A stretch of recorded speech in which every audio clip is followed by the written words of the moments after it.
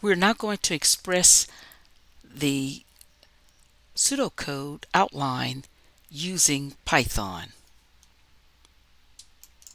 I've kind of outlined a preliminary version of the Python just to give you an idea how we're going to map one-to-one based on our outline from one line to the next in Python as it reflects the pseudocode that we have outlined here.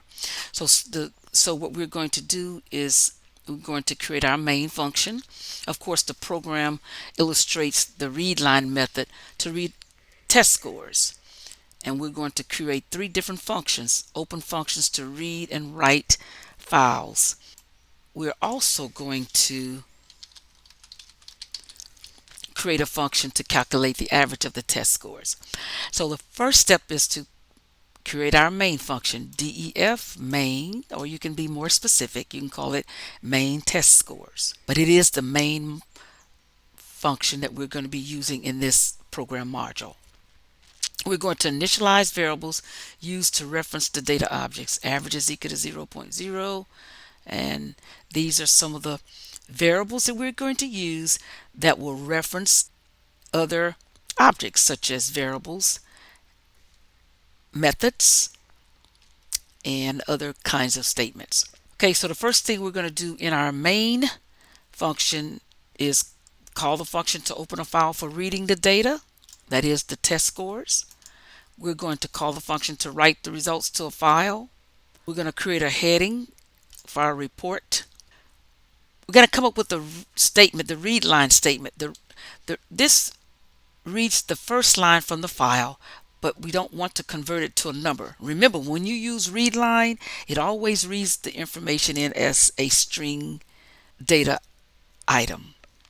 So it's contiguous set of string data that is being read. So even if I'm reading a number, or the computer is picking up a number, it's picking it up as a string. So we have to convert it to float at this point.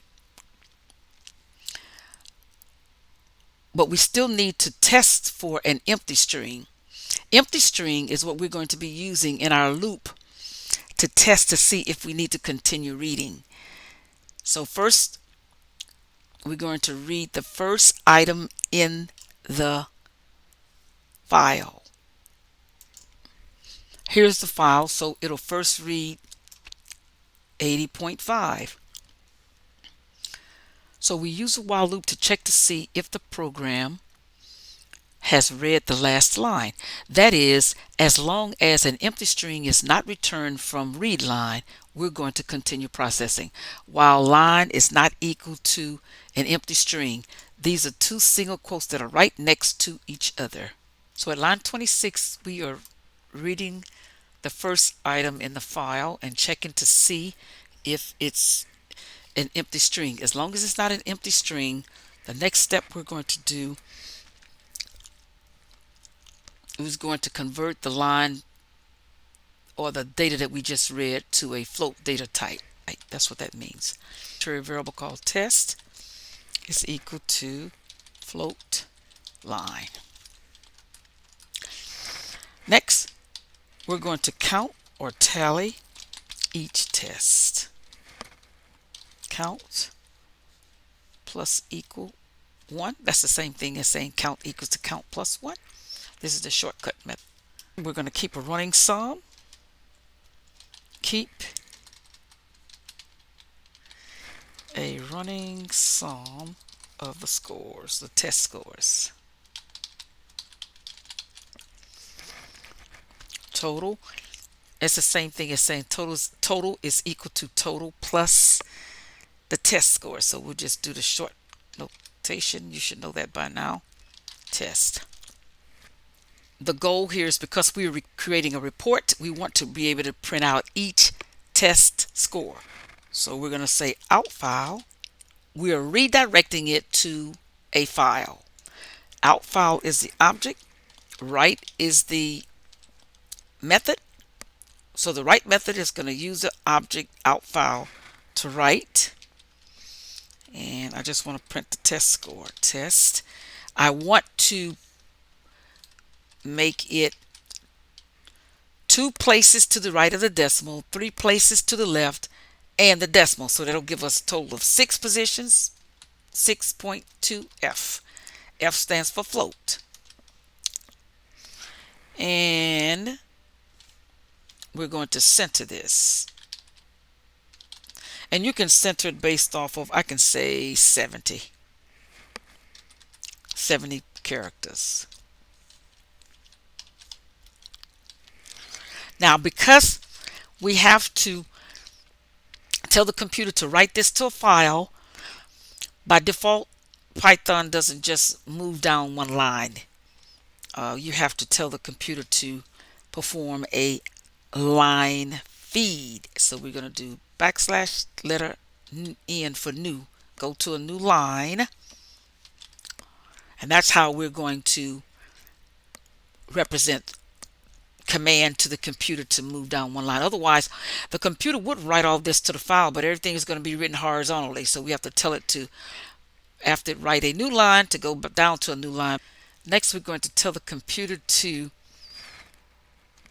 read the next line. Whenever you use a while loop, it is conditional based. There has to be some variable that controls the loop. Line is that variable. It was first initialized, it is tested, and now we have to go in and update it. Otherwise, I will end up with an infinite loop. So what we're really doing is copying this statement again, which tells us to read the next line. And after that, we end the while loop here.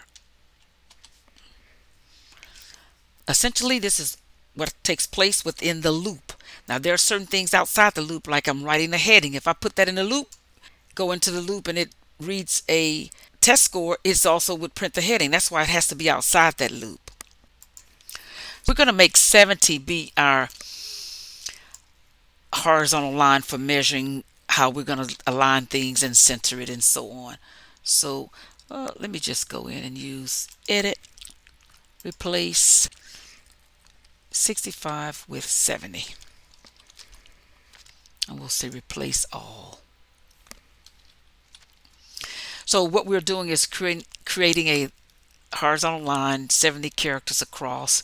Test score is going to be centered across that gauge or that ruler that we are creating. And then we close that off. And then inside the loop, you'll notice we are displaying the heading. It'll be centered based on that gauge also and that standard of measurement. We end the loop, and the next thing we would want to do is create another line. So I'll go ahead on and write this here outside the loop, just one separating line. We're going to create a function that calculates the test score average, or the average of the test scores. So we're going to call that momentarily. Then we will be able to write the average info in the out file. Let me go ahead on and show you how you're going to close. When you open a file, that file must be closed the way we're doing it now. If we use what they call the with, W-I-T-H clause, it will open everything and close it, but I'll show you that in another example. Okay, so we're going to say end file dot close, open close parentheses. As soon as I say end file dot close, open close parentheses, the computer recognizes this to be a method that is closing this object, which is represented as our input file. Likewise, for the output file, we'll say out file dot close. If you do not close your files, you will end up with an empty file with no data inside. So you want to be really careful. And then we will end the main function. And here we'll have our functions to open a file, function for reading, one for writing, and one for calculating. Function to calculate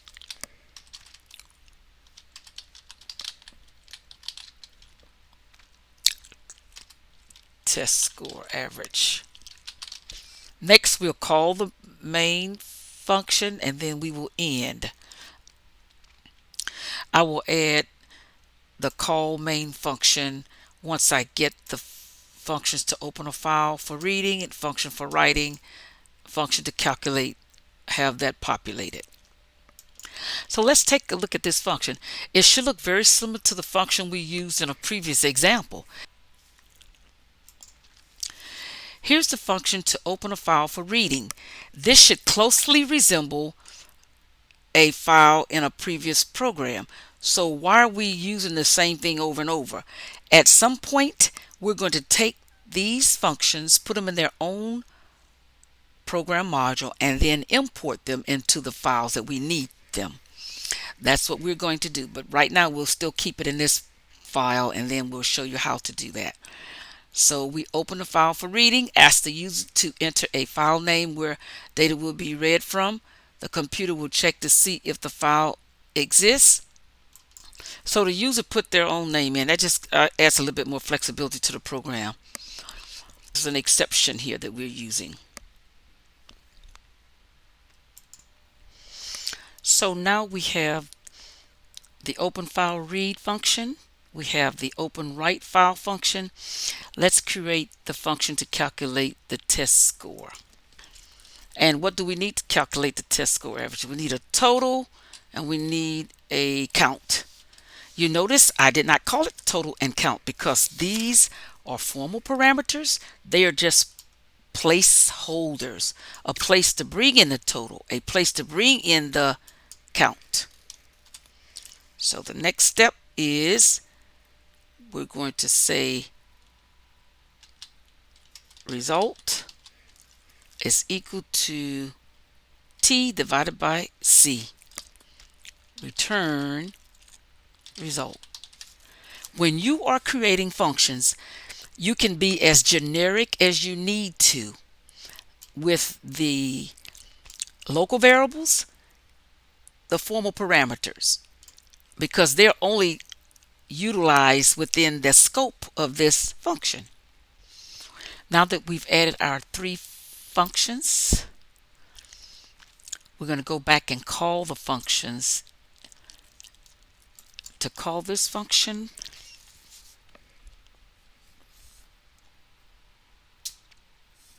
to open a file for reading, we're going to say file in file is equal to this one. We better make sure we do open for reading the file. We have now shown you at lines 18 and 22 where we are calling the function to open a file for reading the data, calling the function to write the output results. Now the last one that we're going to call is the function for calculating the average. So average is going to equal to, and then whatever that function name is, I'll copy it, but we're going to have to change the parameters. Calculate test average. The reason why we have to change in this environment, this is the main program, is because in the main program we used average and count here. These are our actual arguments, actual parameters. Count is being defined here and total is being defined here. So when we call it, it doesn't know T and C. T and C are in the scope of that function, and this main function does not know what that means. Total, and then we'll call this count. Could I have used the same variables in both? Yes, you could have, but it's not necessary. Okay, now we have entered the entire program, and this is what it looks like. Stay tuned in the next program for us running and manipulating the actual code.